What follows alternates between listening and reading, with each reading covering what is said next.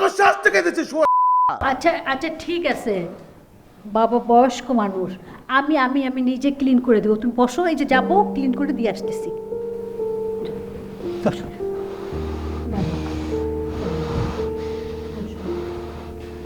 আর যদি আমি দেখি কখনো যে আমি যেটা অপছন্দ করি এটা বাড়ির মধ্যে তুই করস, ওই দিন আমি কইতেছি তোর কোমর লাথি দা ভেঙে ভালো আমার গড়টা ডাক্তারের বাচ্চা বের করে তুমি করে দিলাম।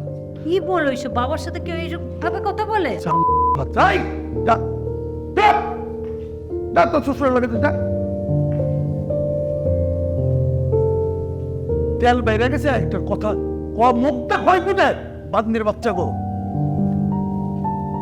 কত বড় স্পর্ধা।